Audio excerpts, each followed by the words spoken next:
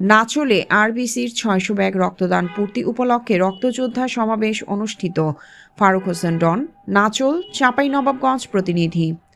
রক্তদান ডোনেশন মানবতার এক অনন্য ও সুন্দর দৃষ্টান্ত। আমরা আমাদের শরীরের রক্ত অন্য কারো জীবন বাঁচাতে দান করতে পারি। এতে নিজের কোনো ক্ষতি হয় না, বরং মেডিকেল সায়েন্স বলছে নিয়মিত রক্তদান স্বাস্থ্যের জন্য উপকারী। রক্তদান একটি মহৎ কাজ যা জীবন বাঁচায়। এটি শুধুমাত্র অন্যের উপকারী করে না, রক্তদাতার স্বাস্থ্যের জন্য উপকারী।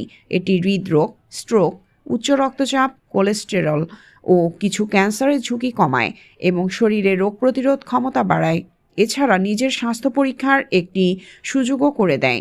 একজন সুস্থ ব্যক্তি প্রতি ৩-৪ মাস অন্তর রক্ত দিতে পারেন এবং রক্তদানের সময় জীবাণুমুক্ত সরঞ্জাম ব্যবহৃত হয় বলে এটি সম্পূর্ণ নিরাপদ। তাই ভুল ধারণা পরিহার করে রক্তদানে এগিয়ে আসা উচিত। চাঁপাইনবাবগঞ্জের নাচলে আরবিসি রেড ব্লাড ক্লাবের আয়োজনে রক্তযোদ্ধা সমাবেশ ২০২৫ অনুষ্ঠিত হয়েছে।